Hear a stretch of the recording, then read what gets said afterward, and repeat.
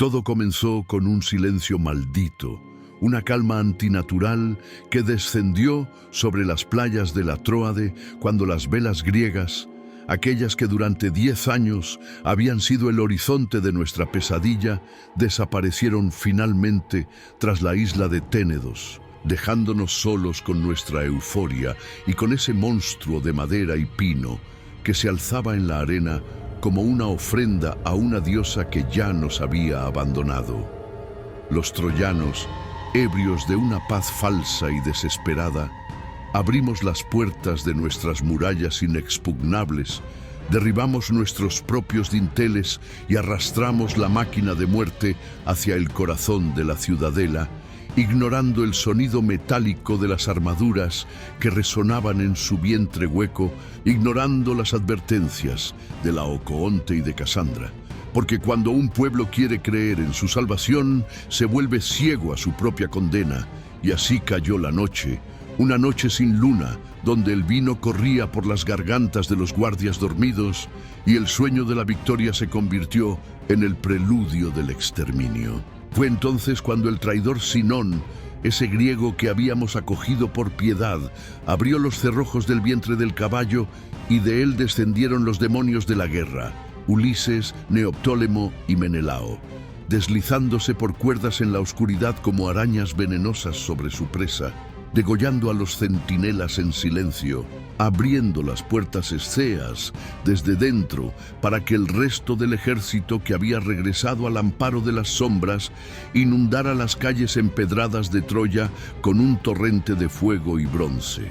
Yo, Eneas, dormía en el palacio de mi padre, ajeno al horror que comenzaba hasta que el sueño fue invadido no por la paz, sino por un espectro aterrador, la figura de Héctor, el mayor de nuestros héroes, pero no el Héctor resplandeciente que volvía triunfante con las armas de Aquiles, sino el cadáver arrastrado por el carro, negro de polvo y sangre coagulada, con los pies hinchados por las correas que lo ataron, llorando lágrimas de ultratumba mientras me gritaba con una voz que parecía venir del fondo de la tierra: «Huye, hijo de la diosa, arráncate de estas llamas. El enemigo tiene los muros. Troya se derrumba desde su alta cumbre. Ya has dado bastante a la patria y a Príamo. Si Pérgamo pudiera defenderse con una mano humana, la mía ya la habría defendido, pero todo está perdido. Troya te confía sus objetos sagrados y sus penates. Tómalos como compañeros de tu destino y busca con ellos grandes murallas que fundarás tras errar por el mar». Y desperté bañado en sudor frío, escuchando no el silencio, sino un rugido creciente, como el de un incendio forestal, avivado por el viento del sur, o el torrente que baja de la montaña arrasando los campos sembrados. Subí al tejado más alto, y allí vi la verdad en toda su magnitud dantesca. Las casas de mis vecinos de Ífobo y Ucalegón ya se habían derrumbado bajo el fuego. El estrecho de Sigeo resplandecía con el reflejo de las llamas y el sonido de las trompetas griegas se mezclaba con el alarido de las mujeres y el llanto de los niños que eran arrancados de sus camas para ser pasados a cuchillo. La razón me abandonó en ese instante y un frenesí suicida, esa ira de lobos que ciega a los hombres acorralados, se apoderó de mí, olvidando la advertencia de Héctor.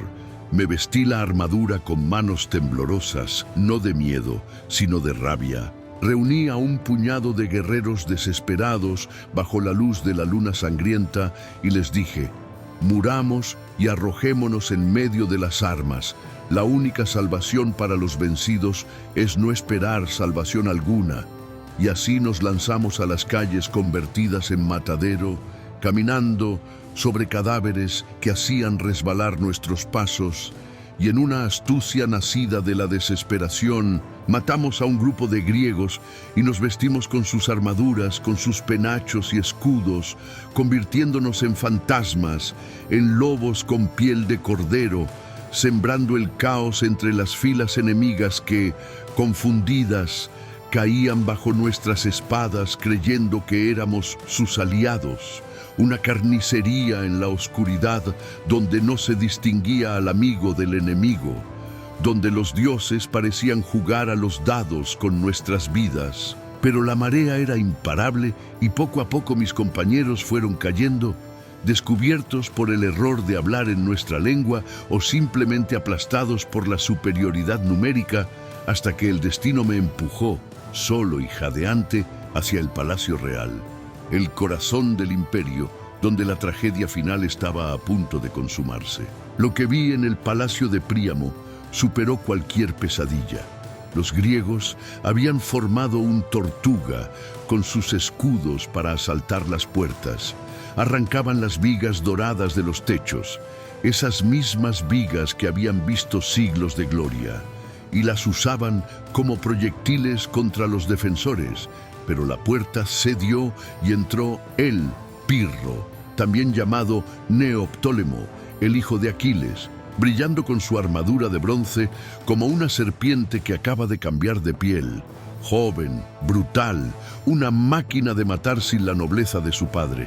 Y con él entró el río de la muerte, persiguiendo a Polites, uno de los hijos del rey, quien herido y vomitando sangre corrió a través de las largas galerías vacías hasta caer y morir justo a los pies de su padre Príamo. El anciano rey, que se había puesto una armadura inútil sobre sus hombros temblorosos por la edad, le gritó al invasor invocando a los dioses y a la memoria de Aquiles, quien al menos había tenido respeto por la vejez. Pero Neoptólemo, con una frialdad psicopática, le respondió: «Pues irás como mensajero a mi padre, el Pelida. Cuéntale mis tristes hazañas y dile que su hijo ha degenerado y ahora muere».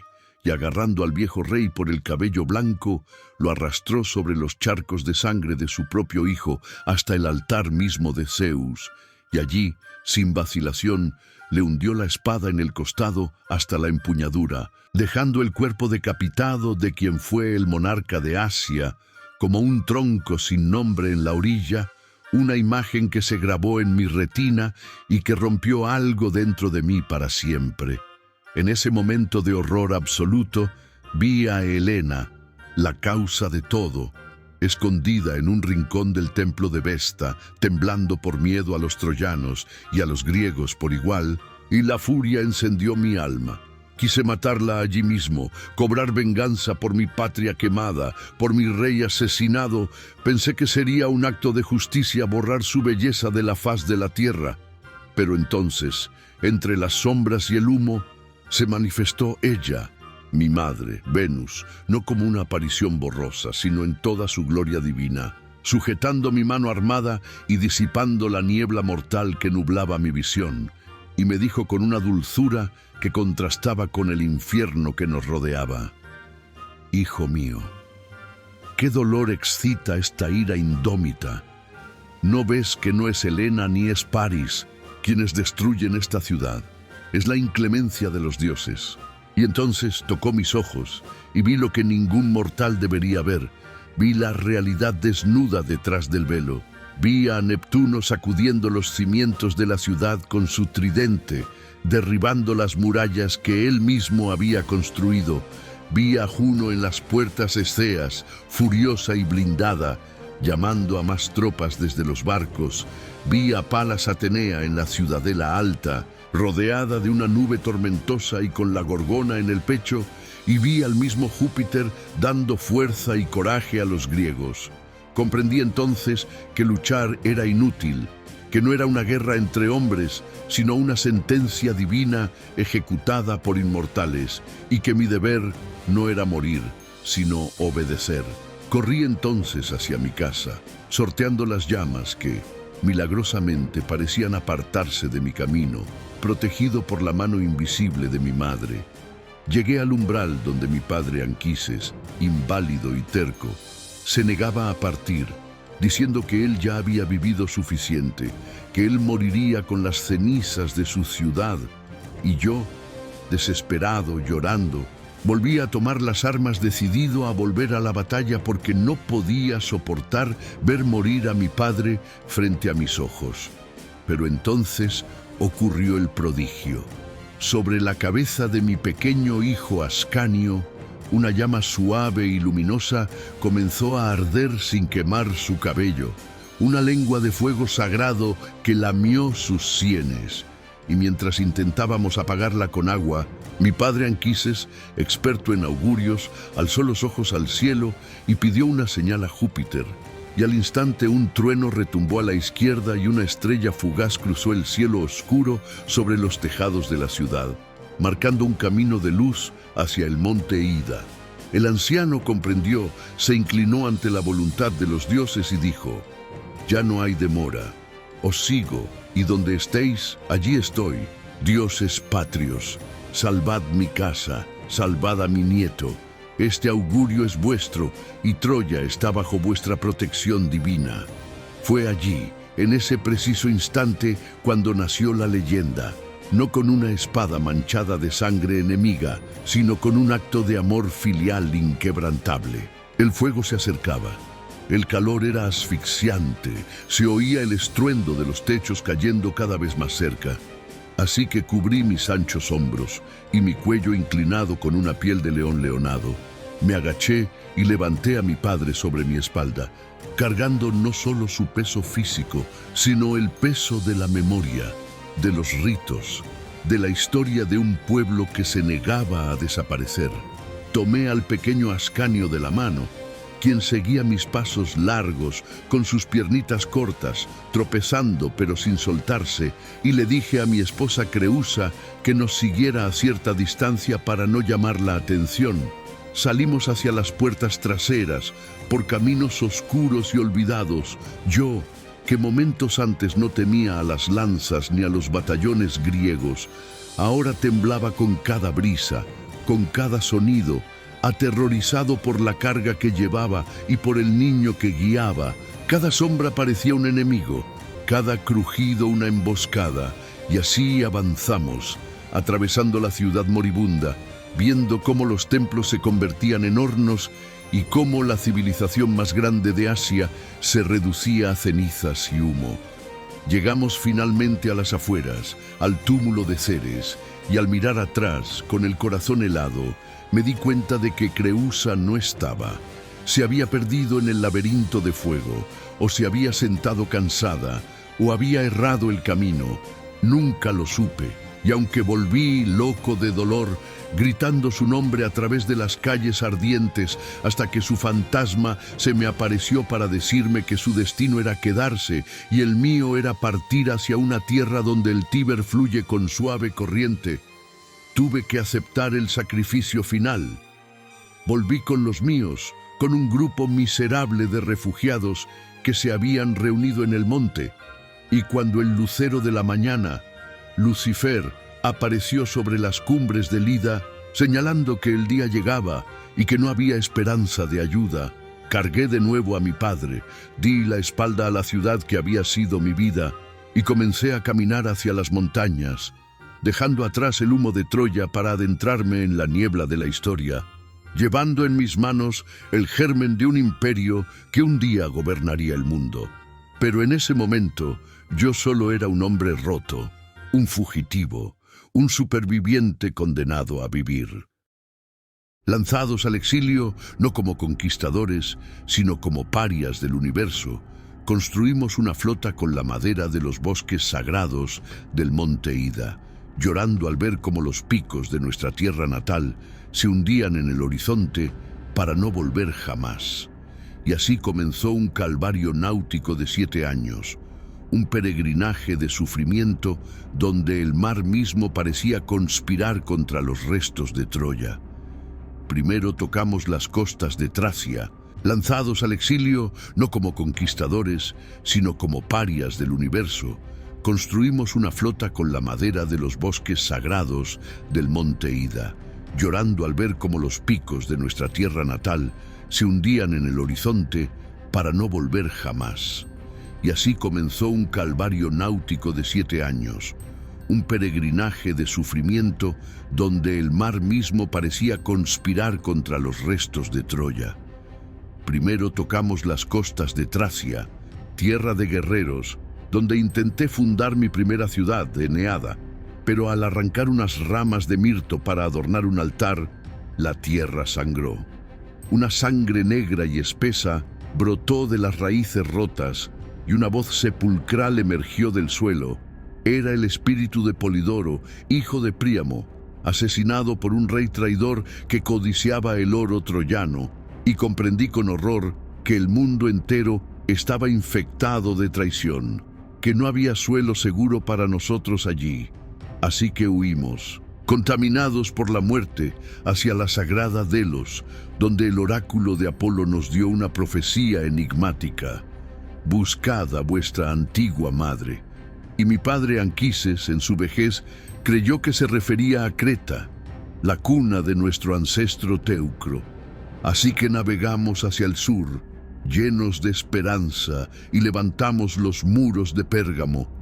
Pero los dioses nos castigaron por nuestro error con una plaga devastadora que secó los campos y pudrió los cuerpos. Una sequía del alma y de la tierra, hasta que los penates, las estatuas sagradas que salvé del fuego, me hablaron en sueños bajo la luz de la luna para decirme que nuestra tierra prometida no era Creta, sino Hesperia, una tierra al oeste, Italia, la patria original de Dárdano, y tuvimos que abandonar otra ciudad, otro sueño roto, lanzándonos de nuevo a la furia de las olas. El destino nos empujó a las Islas Estrofadas, un lugar maldito donde el aire apesta a podredumbre, el hogar de las arpías, monstruos con rostro de mujer pálida por el hambre y cuerpo de ave de rapiña, que descendieron del cielo chillando como demonios para cagar y vomitar sobre nuestro banquete, contaminando la comida que intentábamos llevarnos a la boca. Y cuando las atacamos con nuestras espadas, el acero rebotó en sus plumas inmundas, y Seleno, la más terrible de ellas, posada en una roca alta, nos lanzó una maldición que heló nuestra sangre.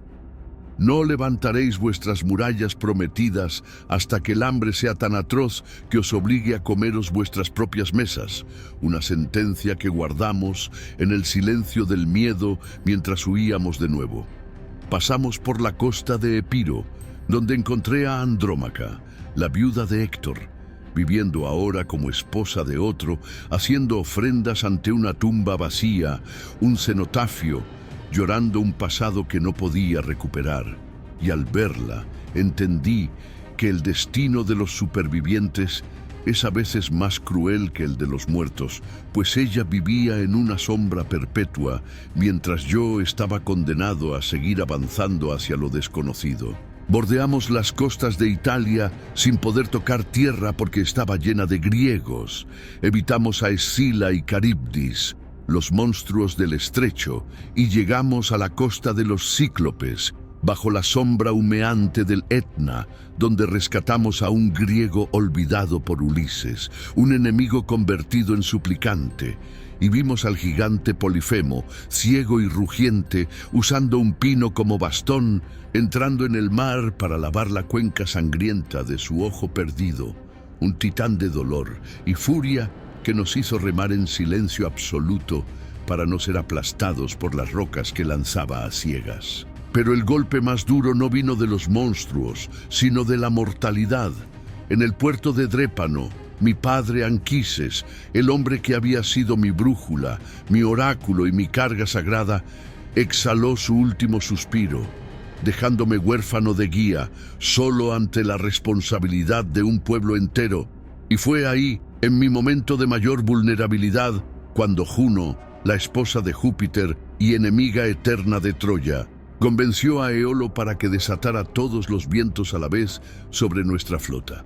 Una tormenta sobrenatural que dispersó mis barcos y nos arrojó, naufragados, salados y rotos, a las costas de Libia, en el norte de África. Allí subí a una colina y vi algo que me llenó de envidia y asombro. Una ciudad naciendo, Cartago, un milagro de piedra y actividad donde los tirios construían teatros, puertos y murallas bajo el mando de una mujer, la reina Dido, una exiliada como yo, una viuda que había huido de Tiro tras el asesinato de su esposo Siqueo, y al ver sus muros alzarse pensé, felices aquellos cuyas murallas ya se levantan, mientras yo seguía siendo un vagabundo sin hogar. Venus, temiendo por mi vida en tierra extraña, tejió entonces la trampa más dulce y venenosa de todas. Envolvió la ciudad en una nube para que yo pudiera llegar invisible hasta el trono de Dido, y luego envió a Cupido, disfrazado de mi hijo Ascanio, para que se sentara en el regazo de la reina durante el banquete de bienvenida, y mientras ella acariciaba al niño falso, el dios sopló en su corazón un fuego oculto, una pasión devoradora que le hizo olvidar su promesa de fidelidad a su esposo muerto, borrando poco a poco la imagen de Siqueo para llenarla con la mía. Y yo, seducido por la paz, por el lujo, por la admiración con la que me escuchaba narrar la caída de Troya durante noches enteras, me dejé llevar, encontrando en sus brazos un refugio contra la dureza del destino.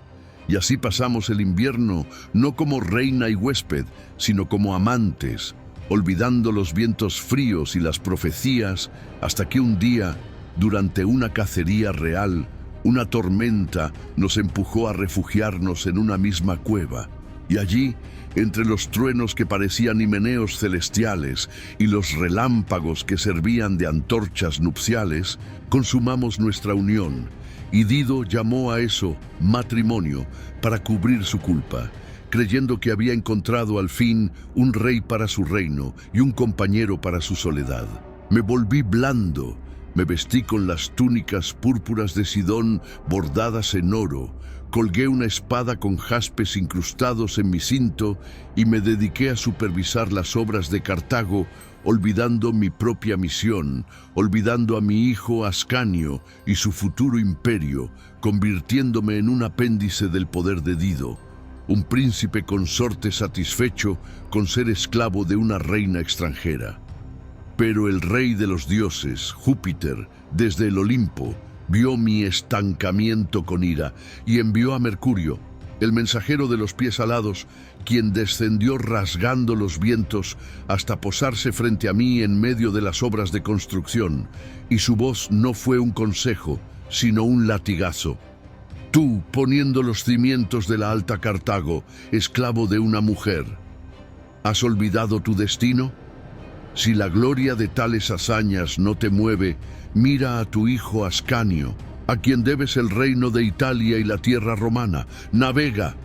Y tras decir esto, se desvaneció en el aire, dejándome aterrorizado, con el cabello erizado y la voz pegada a la garganta, sintiendo el peso aplastante de la voluntad divina que no admite réplicas ni demoras.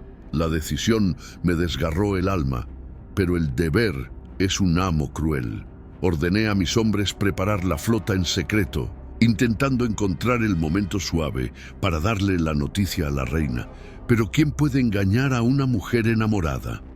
Dido intuyó el engaño. Fama, el monstruo de 1000 ojos y 1000 bocas, le llevó el rumor de los barcos que se aparejaban, y ella, poseída por una furia bacanal, corrió por la ciudad hasta encontrarme, y su discurso no fue de amor, sino de desesperación y veneno. ¿Esperabas, pérfido, poder disimular tal crimen y salir de mi tierra en silencio? Ni nuestro amor, ni la mano que un día te di, ni Dido que está a punto de morir de muerte cruel te retienen. Huyes en pleno invierno cruel, por tierras extrañas. Si Troya todavía estuviera en pie, irías a Troya a través de un mar tempestuoso. Es de mí de quien huyes. Por estas lágrimas mías, por tu mano derecha te suplico, si algo bueno merecí de ti, ten piedad de mi casa que se derrumba. Y yo, luchando por mantener la firmeza, con los ojos fijos en el mandato de Júpiter y no en su dolor, le respondí con la frialdad del que no tiene opción. Nunca negaré, reina, tus bondades, y nunca me olvidaré de Elisa mientras tenga memoria de mí mismo. Pero no te prometí matrimonio, no vine a pactar tal alianza. Si los hados me permitieran vivir bajo mi propio arbitrio, yo estaría honrando las cenizas de Troya. Pero ahora Apolo me manda a la gran Italia. Allí está mi amor, allí está mi patria. Deja de inflamarme a mí y a ti con tus quejas. No busco Italia por mi propia voluntad. Su rostro cambió, sus ojos giraron en sus órbitas y el amor se transformó en un odio puro, destilado, absoluto. Me maldijo, me deseó que bebiera el castigo en medio de los escollos y que llamara su nombre a gritos mientras me ahogaba. Me dijo que me perseguiría con antorchas negras incluso después de muerta, que su fantasma estaría presente en todas partes, y luego se desmayó, llevada por sus sirvientas, mientras yo, gimiendo y con el corazón quebrantado por el gran amor, volví a la flota para cumplir la orden de los dioses. La noche antes de partir, mientras dormía en la popa de mi barco, Mercurio apareció de nuevo en mis sueños, urgente, alarmado. Hijo de la diosa, ¿puedes dormir en este momento? ¿No ves los peligros que te rodean? Esa mujer trama en su pecho un gran mal y una muerte cierta. El mar se llenará de remos y antorchas si la aurora te encuentra aquí. Huye deprisa. La mujer es siempre algo voluble y cambiante. Y desperté sobresaltado. Corté las amarras con mi espada. Desperté a mis hombres y nos lanzamos al mar, dejando la costa africana atrás, viendo cómo el amanecer teñía el cielo de sangre. Dido, desde su torre, vio las velas blancas alejándose hacia el horizonte y comprendió que el fin había llegado. Con una calma aterradora, engañó a su hermana Ana, pidiéndole que levantara una pira funeraria en el patio interior, bajo el pretexto de quemar las armas y ropas que yo había dejado. Un ritual mágico para olvidarme, dijo ella, pero sus intenciones eran otras. Subió a la pira alta, rodeada de los altares, con el rostro pálido de la muerte próxima y los ojos inyectados en sangre, sacó la espada troyana, un regalo que no había pedido para tal fin, y tras besar el lecho que habíamos compartido, pronunció sus últimas palabras, no de tristeza, sino de sentencia histórica. He vivido y he recorrido el camino que la fortuna me asignó. Ahora mi gran sombra irá bajo tierra. He fundado una ciudad ilustre, he visto mis murallas, he vengado a mi esposo. Moriría feliz, demasiado feliz, si las naves troyanas nunca hubieran tocado mis costas. Y entonces clavó la punta de la espada bajo su pecho, dejándose caer sobre el acero, mientras la sangre espumosa cubría sus vestiduras reales y las llamas comenzaban a devorar la pira. Pero antes de que su alma se soltara de la carne, en esa agonía final donde el velo del tiempo se rompe, Dido lanzó la maldición que definiría la historia del Mediterráneo por siglos. Que no haya amor ni pactos entre nuestros pueblos. Surja algún vengador de mis huesos que persiga a los colonos troyanos con fuego y hierro, ahora y siempre, y cuando tengan fuerzas. Ruego que las costas se enfrenten a las costas, las olas a las olas, las armas a las armas, que peleen ellos y sus nietos, invocando así, sin nombrarlo, al terrible Aníbal Barca, que siglos después cruzaría los Alpes para intentar destruir a mis descendientes. Juno, apiadándose de su larga agonía, envió a Iris desde el cielo, quien con un rastro de 1000 colores bajo el sol cortó el cabello rubio de la reina, liberando su alma hacia los vientos. Y mientras yo miraba hacia atrás, desde alta mar, vi una columna de humo negro elevarse sobre los muros de Cartago, y aunque no sabía la causa, mi corazón presagió el desastre, sabiendo que el amor de una mujer herida es capaz de todo, llevándome esa culpa hacia la oscuridad del mar abierto, hacia Sicilia, hacia el infierno que me esperaba. Tras dejar atrás el humo de Cartago y soportar nuevas tormentas que cobraron la vida de mi piloto Palinuro, llegamos finalmente a las costas de Cumas, en Italia, no como invasores, sino como peregrinos de la oscuridad, buscando el templo de Apolo excavado en la inmensa roca, donde la Sibila de Cumas, de Ífobe, una sacerdotisa anciana y temible, inhala los vapores de la tierra y se deja poseer por el dios. Al entrar en su cueva de 100 bocas, la vi convulsionar. Su pecho jadeaba, su estatura parecía aumentar, y su voz ya no era humana cuando me gritó la profecía sangrienta que definiría mi futuro. Veo guerras, guerras horribles, y al Tíber espumoso de mucha sangre. No te faltará otro Simois, ni otro Janto, ni otro campamento griego. Otro Aquiles ya ha nacido en el Lacio, hijo de diosa también, y Juno no dejará de acosarte. Una sentencia que habría roto a un hombre menor, pero yo, endurecido por 7 años de desgracias, solo pedí una cosa, un favor imposible: ver el rostro de mi padre una vez más, descender al reino de las sombras siendo un hombre vivo, romper la ley natural que separa la carne del espíritu. La Sibila, mirándome con ojos que habían visto siglos, me advirtió que el descenso al Averno es fácil, pues la puerta de la Negra Dite está abierta noche y día, pero retroceder el paso y salir a las auras superiores, eso es lo difícil, eso es el trabajo. Me exigió encontrar la rama dorada, un brote sagrado de oro y metal escondido en la espesura de un bosque oscuro, consagrado a Proserpina, y solo si el destino me permitía arrancarlo con facilidad podría entrar, de lo contrario ninguna fuerza humana lo quebraría.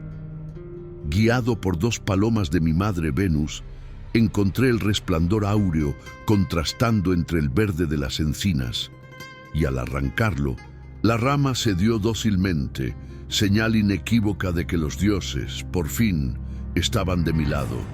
Armados con la rama y tras realizar sacrificios nocturnos de ovejas negras cuya sangre bebía la tierra sedienta, al amanecer, bajo la luz incierta de una luna mortecina, la tierra bramó, los bosques se inclinaron y perros aullaron en la oscuridad.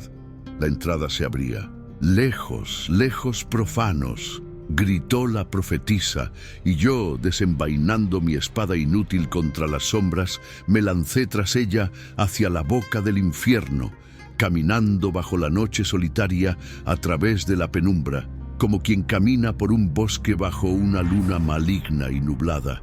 En el mismo vestíbulo, antes de las puertas, acampan el duelo y los remordimientos vengadores.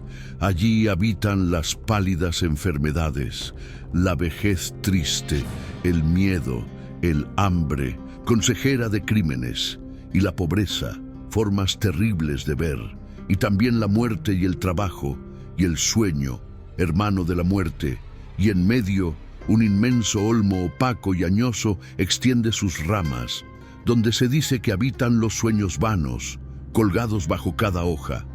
Vi centauros, a la hidra de Lerna silbando, a la quimera armada de llamas, y temblando de terror quise atacarlos, pero la Sibila me detuvo advirtiéndome que eran solo vidas vacías, fantasmas sin cuerpo revoloteando bajo una imagen hueca. Llegamos entonces a las aguas profundas del Aqueronte, un remolino de fango y vorágine que eructa arena hirviente, guardado por el barquero Caronte, un anciano de suciedad espantosa, con barba inculta y ojos de llama fija, que empuja su balsa con una pértiga, transportando a los muertos. Una multitud innumerable se agolpaba en la orilla, madres, esposos, cuerpos de héroes magnánimos, niños, muchachas innuptas puestas en la pira ante los ojos de sus padres, tantos como las hojas que caen en los bosques al primer frío del otoño, todos tendiendo sus manos por el deseo de la otra orilla, pero el triste barquero aceptaba a unos y rechazaba a otros, dejando a los insepultos vagar 100 años antes de cruzar. Al verme, un hombre vivo y armado, Caronte me gritó con ira, recordando que otros héroes como Hércules o Teseo habían traído violencia a su reino.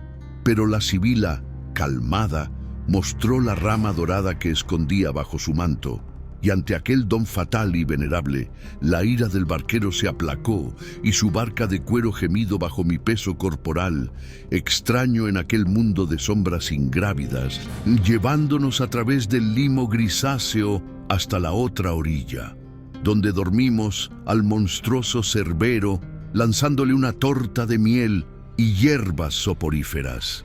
Avanzamos por los campos llorosos, donde habitan aquellos a quienes el duro amor consumió con su cruel veneno, y allí, entre las sombras de un bosque de mirtos, la vi a ella, a Dido, fresca aún su herida, vagando como una luna nueva que se vislumbra entre las nubes.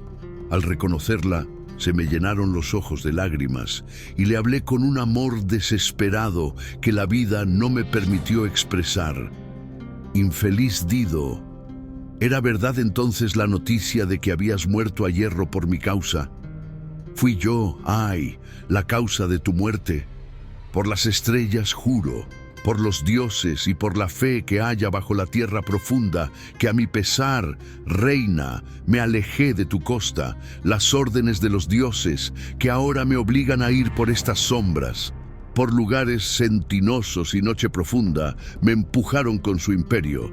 Detente y no te sustraigas a mi vista, es la última vez que el destino me permite hablarte. Pero ella, con los ojos fijos en el suelo, se mantuvo inmóvil, tan dura como si fuera una roca de mármol de Paros, sorda a mis súplicas, y finalmente se arrancó de allí y huyó, hostil, hacia el bosque umbroso donde su primer esposo, Siqueo, correspondía a sus cuidados e igualaba su amor, dejándome allí, herido por un dolor injusto, siguiéndola con la mirada y con las lágrimas hasta que desapareció, negándome el perdón, confirmando que algunas heridas ni siquiera la muerte las cura. Continué el camino con el corazón plomizo hacia los campos habitados por los guerreros ilustres. Allí me rodearon los troyanos muertos en la guerra, Glauco, Medonte y los hijos de Antenor, gimiendo y queriendo saber la causa de mi venida, tocando mis armas. Pero los jefes griegos y las falanges de Agamenón, al ver mis armas y mi figura gigante entre las sombras, temblaron de un pánico inmenso. Algunos intentaron gritar, pero la voz se les quebró en la garganta incompleta. Vi a Deífobo, hijo de Príamo, con el cuerpo mutilado, las manos cortadas y la nariz arrancada, víctima de la traición de Helena en la última noche, y escuché su historia atroz antes de que la sibila nos apremiara, pues el tiempo en el Averno es breve y el camino se bifurcaba. A la izquierda, bajo una roca, vi el Tártaro, rodeado por un río de fuego, el Flegetonte, de donde salían gemidos, chasquidos de látigos y el estruendo de hierro y cadenas arrastradas, el lugar donde se castiga a los que odiaron a sus hermanos, a los que defraudaron a sus clientes y a los que tomaron armas contra su patria. Cerré los ojos ante tal horror y tomamos el camino de la derecha, hacia las murallas del Dite, donde clavé la rama dorada en el umbral, cumpliendo el rito y entrando por fin en los lugares alegres, las amenas verdores de los bosques afortunados, los campos elíseos. Aquí el aire es más amplio y viste los campos de luz purpúrea, tienen su propio sol y sus propias estrellas. Vi a los bienaventurados haciendo ejercicio en la palestra, cantando y banqueteando, y allí, en el fondo de un valle verde, observando con atención a las almas que esperaban volver a la vida, encontré a mi padre Anquises. Al verme venir a través de la hierba, tendió ambas manos con avidez, regando sus mejillas de lágrimas, y su voz rompió el silencio de mi alma. Has venido al fin, y tu piedad, esperada por tu padre, ha vencido el duro camino. Me es dado ver tu rostro, hijo, y oír y devolver palabras conocidas. Intenté 3 veces rodear su cuello con mis brazos, y 3 veces la imagen impalpable se escapó de mis manos, igual que los vientos ligeros y muy semejante al sueño volador, recordándome que el amor puede cruzar la muerte, pero no tocarla. Pero Anquises no estaba allí solo para recordar el pasado, sino para revelarme el futuro. Me llevó a la orilla del río Leteo, el río del olvido, donde una multitud de almas revoloteaba como abejas en verano sobre las flores. Y me explicó que esas eran las almas a las que el destino debe otros cuerpos, beben las aguas seguras y los largos olvidos para poder volver a nacer. «Ven, hijo», me dijo, subiendo a un túmulo desde donde podía ver toda la larga fila de nuestros futuros descendientes. «Te mostraré la gloria que aguarda a la raza de Dárdano, los descendientes que te seguirán de la estirpe itálica, almas ilustres que irán en nuestro nombre». Y comenzó el desfile más grandioso que ojos mortales hayan visto jamás, no de fantasmas, sino de la historia misma esperando ocurrir. Me señaló a un joven apoyado en una lanza pura. «Ese es Silvio, tu hijo póstumo, que tu esposa Lavinia te criará en los bosques, rey y padre de reyes». Luego señaló a un hombre con un casco imponente. «Mira a aquel, Rómulo, hijo de Marte, quien fundará la ciudad de Marte y dará su nombre a los romanos. Bajo sus auspicios, hijo mío, aquella Roma inclita igualará su imperio con la tierra y sus ánimos con el Olimpo, rodeando 7 ciudadelas con un solo muro». Vi pasar a los reyes de la monarquía, a Numa con sus leyes sagradas, a Tulio Hostilio, que despertará a la guerra a los hombres ociosos, y luego a los vengadores de la libertad, a Bruto con las fases consulares, el alma inflexible que por la libertad matará a sus propios hijos rebeldes, un patriotismo feroz. Vi a los Decios, a los Drusos y a Torcuato con el hacha severa, y a Camilo trayendo de vuelta los estandartes. Y entonces su voz se tornó grave y solemne al señalar a 2 almas que brillaban con la misma armadura, pero que se miraban con recelo.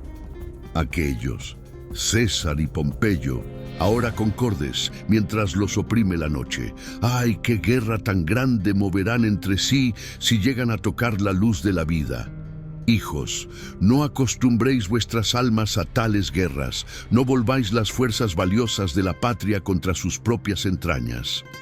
Pero la visión se aclaró para dar paso a la cumbre máxima de nuestra estirpe. Vuelve aquí los ojos, mira esta nación y a tus romanos. Aquí está César y toda la descendencia de Iulo que ha de venir bajo el gran eje del cielo. Este es el hombre que oyes prometerte con frecuencia, César Augusto, hijo del divino, que fundará de nuevo los siglos de oro en el Lacio, extendiendo su imperio más allá de los garamantes y de los indios, una tierra que yace fuera de las estrellas, fuera de los caminos del año y del sol. Mi padre Anquises, con los ojos brillando de orgullo profético, se volvió hacia mí y pronunció la sentencia definitiva, la misión sagrada de mi sangre. Otros labrarán el bronce con más delicadeza. Sacarán del mármol rostros vivos, orarán mejor las causas y describirán los movimientos del cielo. Pero tú, romano, recuerda gobernar a los pueblos bajo tu imperio. Estas serán tus artes: imponer las normas de la paz, perdonar a los sometidos y abatir a los soberbios. Quedé mudo, abrumado por la magnitud de la responsabilidad, comprendiendo que mi sufrimiento, la pérdida de Creusa, el abandono de Dido, la muerte de Palinuro, todo era el precio necesario para ese futuro de gloria, que yo no era un hombre, sino el puente entre la caída de Troya y el ascenso de Roma. Finalmente, la visión terminó, y mi padre nos condujo hacia las puertas del sueño. Hay 2 puertas, una de cuerno, por donde salen las sombras verdaderas, y otra brillante, de marfil perfecto, pero por donde los manes envían al cielo los sueños falsos. Curiosamente, Anquises nos despidió a mí y a la Sibila por la puerta de marfil, quizás sugiriendo que toda la historia humana es un sueño de los dioses, o que mi viaje mismo desafiaba la realidad. Salí del Averno no como el refugiado que entró, sino como el padre de la patria, con el alma blindada contra el dolor y los ojos fijos en la costa del Lacio, donde la guerra final me esperaba, donde la sangre de Turno sellaría el pacto de la eternidad. Volví a mis naves, levé anclas y navegué hacia el destino, hacia Cayeta, hacia el fin del principio.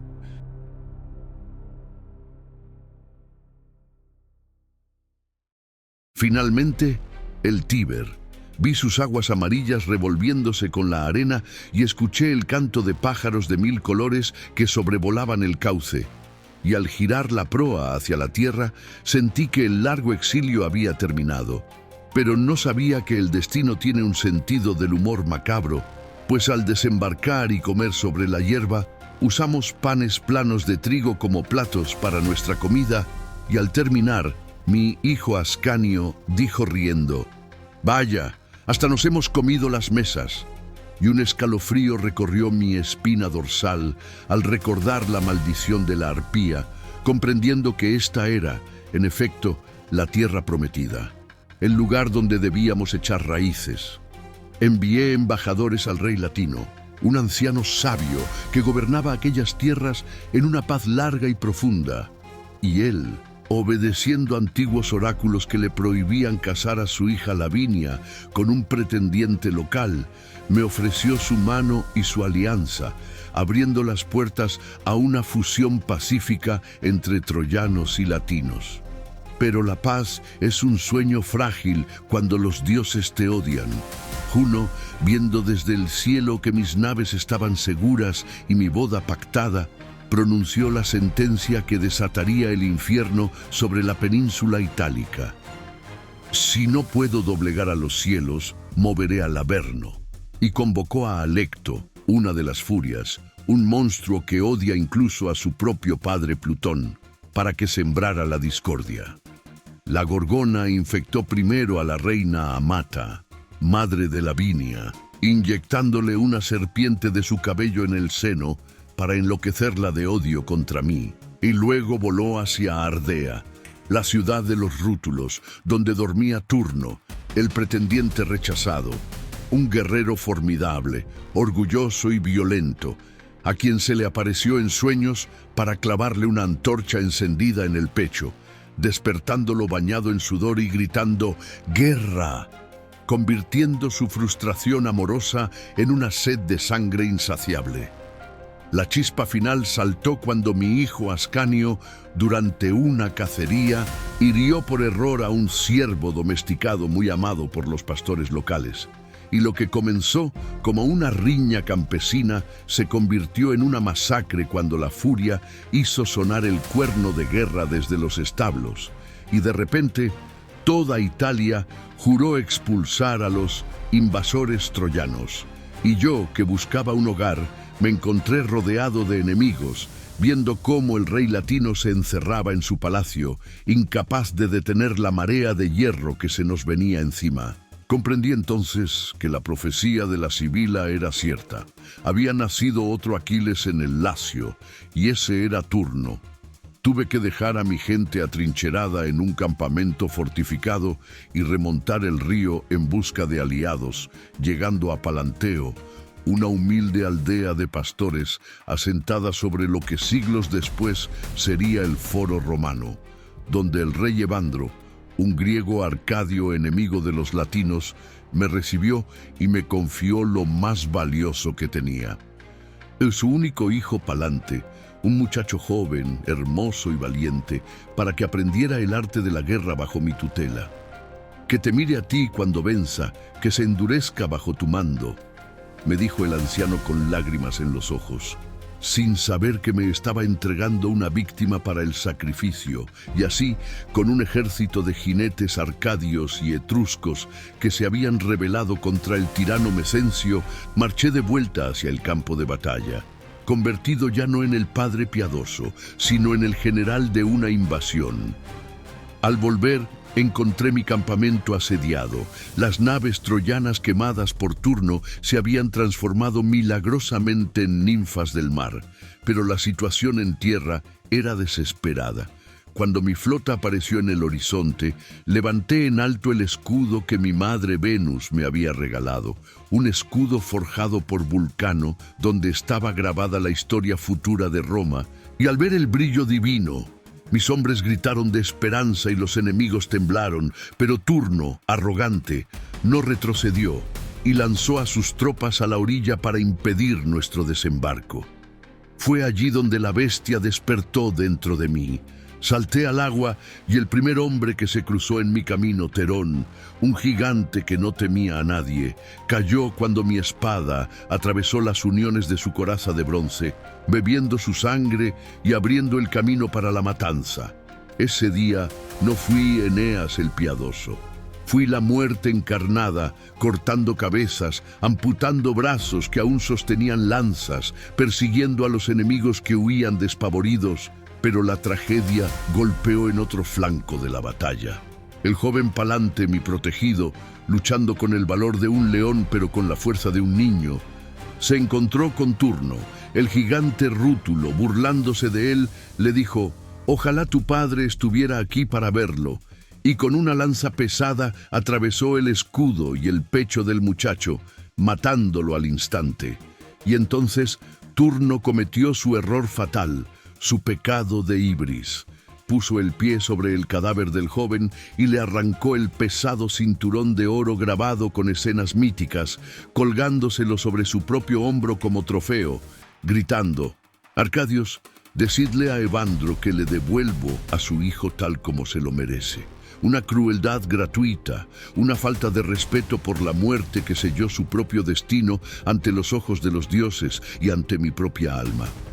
Cuando la noticia de la muerte de Palante llegó a mis oídos, el mundo se volvió rojo.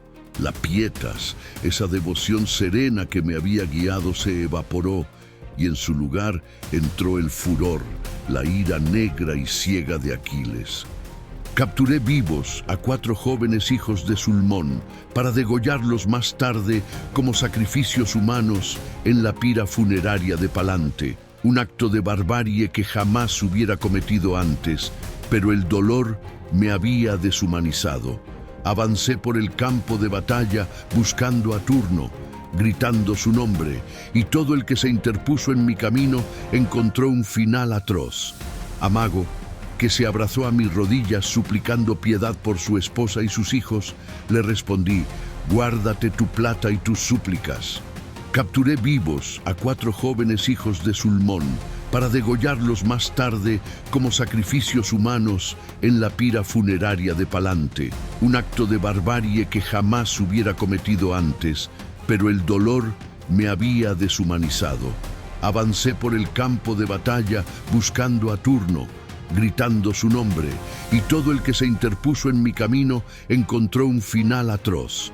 Amago, que se abrazó a mis rodillas suplicando piedad por su esposa y sus hijos, le respondí: «Guárdate tu plata y tus súplicas». Turno rompió esos pactos de guerra al matar a Palante, y le hundí la espada en la garganta hasta la nuca.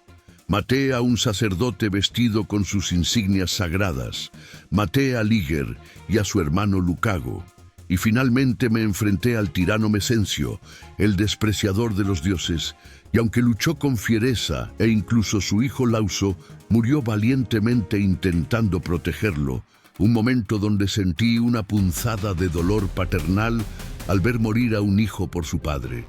Terminé con su vida, dejando su cuerpo perforado como un colador para que lo devoraran los buitres. Turno, salvado momentáneamente por una ilusión de Juno, se retiró a la ciudad de Laurento, y tras una tregua para enterrar a los miles de muertos, donde las piras ardieron durante días, iluminando el cielo con el humo graso de la guerra, el conflicto llegó a su clímax. Las murallas de la ciudad fueron asediadas. La reina Amata, creyendo que Turno había muerto, se ahorcó con una soga hecha de su propio manto purpúreo. Y al enterarse de esto, Turno, viendo que su mundo se desmoronaba y que la ciudad iba a ser destruida por su culpa, salió al fin de las puertas, solo, gritando mi nombre, desafiándome a un combate singular para decidir la guerra. Él y yo, espada contra espada, el ganador se lo lleva todo, la mujer y el reino. Los ejércitos se detuvieron. Troyanos y latinos bajaron las armas y formaron un círculo inmenso en la llanura, espectadores del duelo que decidiría la historia. Nos lanzamos el uno contra el otro como dos toros, como dos relámpagos que chocan. El sonido de nuestros escudos golpeándose retumbó hasta el Olimpo. Turno, confiado, descargó un golpe terrible con su espada, pero el arma se rompió al chocar contra mi armadura divina hecha por Vulcano, pues en su prisa había tomado la espada de su auriga y no la suya, y al verse desarmado, huyó. Lo perseguí, como un perro de caza persigue a un ciervo acorralado, dando 5 vueltas completas al campo de batalla. Mis rodillas temblaban de cansancio, pero mi voluntad era de hierro. Júpiter, mirando desde las alturas, decidió que el fin había llegado y envió a una de las furias en forma de un pájaro pequeño y negro que aleteó frente a la cara de Turno, golpeando su escudo con las alas, llenándolo de un terror paralizante, un presagio de muerte que congeló sus miembros. Aprovechando su vacilación, alcé mi lanza, pesada como un tronco, y reuniendo toda la fuerza de mi cuerpo y de mi odio, la arrojé. Voló como un torbellino negro, silbando a través del aire, atravesó el escudo de 7 capas de Turno, atravesó la coraza y se clavó profundamente en su muslo, derribándolo sobre la arena con un ruido sordo. El gigante cayó doblado y un gemido se alzó de las filas de los rútulos. Me acerqué a él con la espada desenvainada, listo para el golpe final, y entonces Turno, humillado, levantó los ojos y su mano derecha suplicante, y dijo las palabras que casi me desarman. Lo merezco, no lo pido por mí, pero si alguna piedad por un padre desgraciado puede tocarte, compadécete de la vejez de mi padre Dauno. Tú también tuviste un padre así, Anquises, y devuélveme a los míos, vivo o muerto. Has vencido, Lavinia es tu esposa, no vayas más lejos con tu odio. Me detuve. Sus palabras tocaron la herida abierta de mi amor por mi padre Anquises. Bajé el brazo, la ira comenzó a ceder. Estuve a punto, muy a punto de perdonarle la vida, de ser Eneas el piadoso una vez más, de fundar Roma sobre la clemencia y no sobre la sangre. Pero entonces mis ojos se posaron en su hombro. Allí, brillando con un resplandor maldito, estaba el cinturón de cuero tachonado de oro, el tahalí del joven Palante, el niño que yo debía proteger y no pude. La memoria del dolor de Evandro, la imagen del cadáver del muchacho, todo volvió como una ola de fuego. Mi visión se nubló. No vi a un guerrero rendido, vi a un asesino jactándose de su crimen y gritando con una voz terrible: ¿vestido con los despojos de los míos pretendes escapar de mí? Es Palante quien te inmola con esta herida y cobra venganza de tu sangre acelerada, y sin dudar ni un segundo más, hundí el acero frío en su pecho, buscando el corazón. El cuerpo de Turno se enfrió, sus miembros se relajaron en la muerte, y su vida, indignada, huyó con un gemido hacia las sombras, dejando claro que Roma no nacía de la paz, sino de la victoria absoluta y despiadada. Con la muerte de Turno, el último obstáculo cayó, y la sangre de Eneas se mezcló finalmente con la tierra de Italia, no como un río temporal, sino como un pacto eterno sellado en hierro y matrimonio, pues el héroe troyano desposó a Lavinia y fundó la ciudad de Lavinio. Pero los dioses, celosos de su grandeza o quizás ansiosos por tenerlo entre ellos, no le concedieron una larga vejez en el trono. Apenas 3 años después de su victoria, durante una tormenta repentina junto al río Numico, Eneas desapareció de la vista de los mortales, no reclamado por la muerte común, sino elevado a las estrellas como Júpiter Indiges, el dios nativo, dejando su armadura vacía y su espíritu imbuido en el suelo mismo que sus descendientes pisarían, y así el hombre se convirtió en mito. y el mito en la semilla del imperio más grande que el sol haya iluminado jamás. Su hijo Ascanio, aquel niño que escapó de Troya de la mano de su padre y cuyo cabello ardió con fuego sagrado, asumió el manto del liderazgo. Pero sabiendo que Lavinio era demasiado estrecha para el destino que cargaba en sus venas, trasladó a su pueblo a las colinas de Alba Longa, una ciudad blanca y alargada sobre la cresta de la montaña, donde la estirpe troyana gobernó durante 300 años en una incubación silenciosa, acumulando fuerza, refinando su cultura y esperando la señal de Marte para despertar al mundo.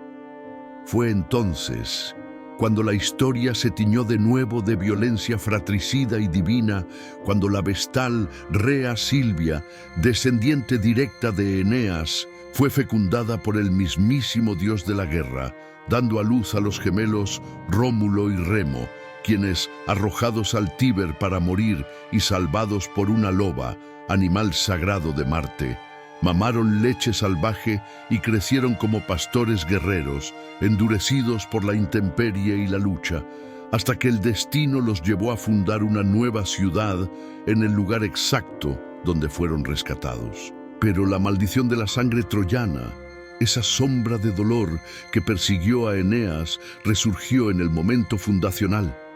Rómulo, trazando el perímetro sagrado de la ciudad, el Pomerium, con un arado de bronce, vio cómo su hermano Remo se burlaba de sus muros incipientes saltando sobre ellos, y en un acceso de furia idéntico al que Eneas sintió al ver el cinturón de Palante, Rómulo desenvainó la espada y mató a su propio hermano, gritando la sentencia que resonaría por 1000 años: así perezca cualquiera que ose saltar mis murallas.